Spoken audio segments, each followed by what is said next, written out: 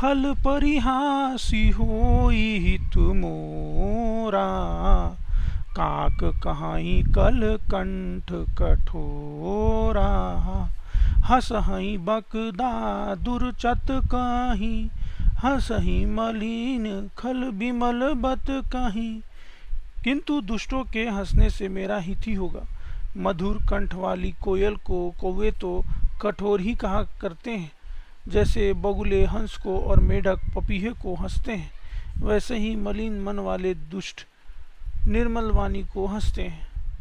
कबित रसिक न राम पद नेहू, तिन्ह कह सुखद हास रस एहू, भाषा भनीति भोरी मति मोरी, हंसी बई जोग हंसे नहीं खोरी। जो न कविता के रसिक हैं और न जिनका श्री रामचंद्र जी के चरणों में प्रेम है, उनके लिए भी यह कविता सुखद हास्य रस का काम देगी। प्रथम तो यह भाषा की रचना है और दूसरे मेरी बुद्धि भोली है, इससे यह हंसने के योग्य ही है।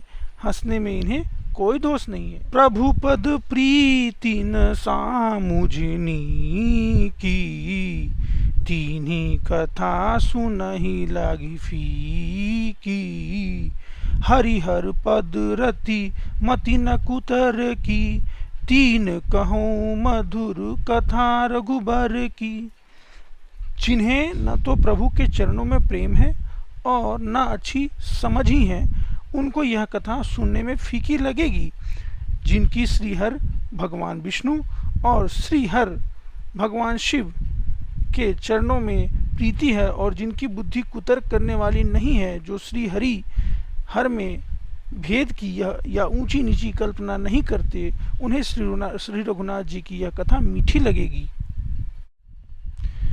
राम भगति भूषित जिये जानी, सुनी हहि सुजन सराहि सुबानी, कभी न हो नहीं बचन प्रवीणु, सकल कला सब विद्याहीनु।